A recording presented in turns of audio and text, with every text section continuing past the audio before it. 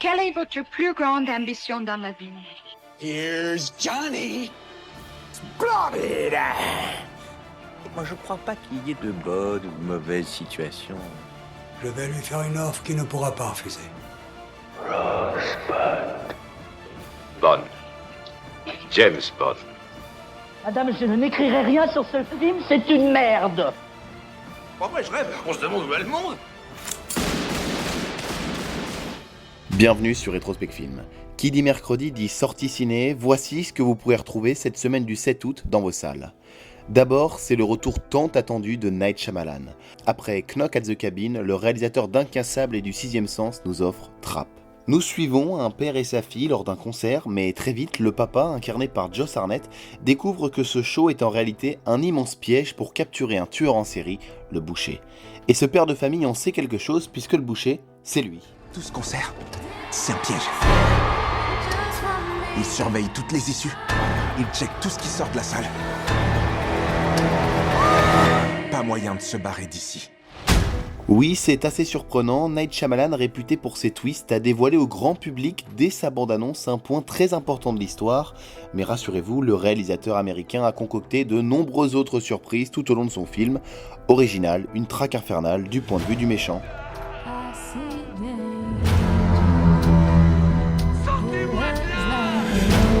Papa. Papa.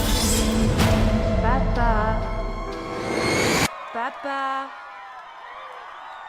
Oui, pardon, Riley. Qu'est-ce qu'il y a? Et puis pour la petite histoire, si sa première fille Ishana s'est illustrée en sortant son premier film Les Guetteurs le 12 juin dernier, sa seconde fille Saleka est à l'honneur dans ce film puisqu'elle joue le rôle de Lady Raven, la star du concert. Trop bien les places, papa. T'as assuré. Franchement, sérieux, c'est le plus beau jour de ma vie. Cette semaine, vous pourrez retrouver Borderlands de Eli Roth, l'adaptation du célèbre jeu vidéo créé par Jeremy Cook en 2009. La légende dit qu'il y a un trésor faramineux caché dans une arche secrète. Et oui, en ce moment, c'est la mode des adaptations de jeux vidéo.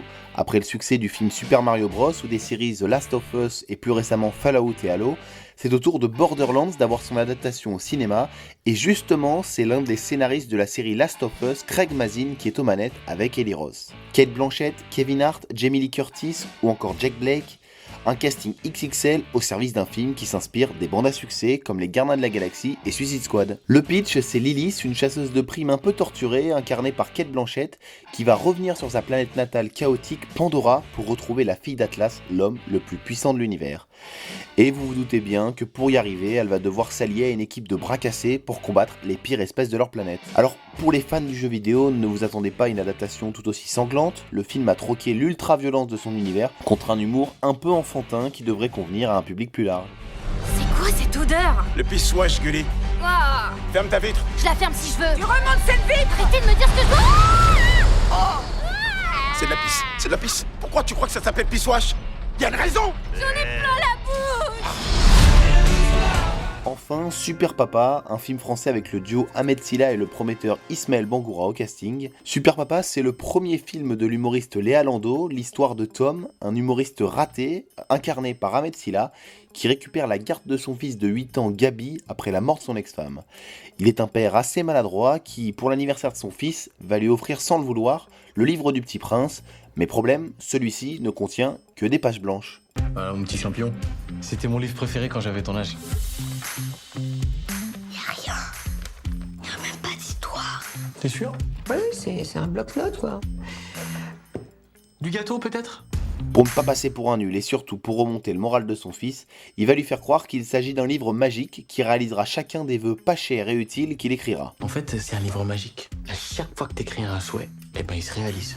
Il réalise que des rêves utiles et pas chers. Avoir des super pouvoirs, être un vrai agent secret, voilà quelques exemples des rêves fous d'un enfant que ce papa va devoir réaliser. Super Papa, c'est avant tout un film drôle et mignon pour toute la famille, une histoire surtout très touchante lorsqu'on sait que la jeune réalisatrice s'est inspirée de son propre père. Tu connais la règle, ce qui se passe avec papa Doit être répété à mamie. Depuis quand? Depuis toujours. Et vous, qu'allez-vous voir au cinéma cette semaine? On vous laisse l'écrire dans les commentaires. À bientôt sur Rétrospect Film.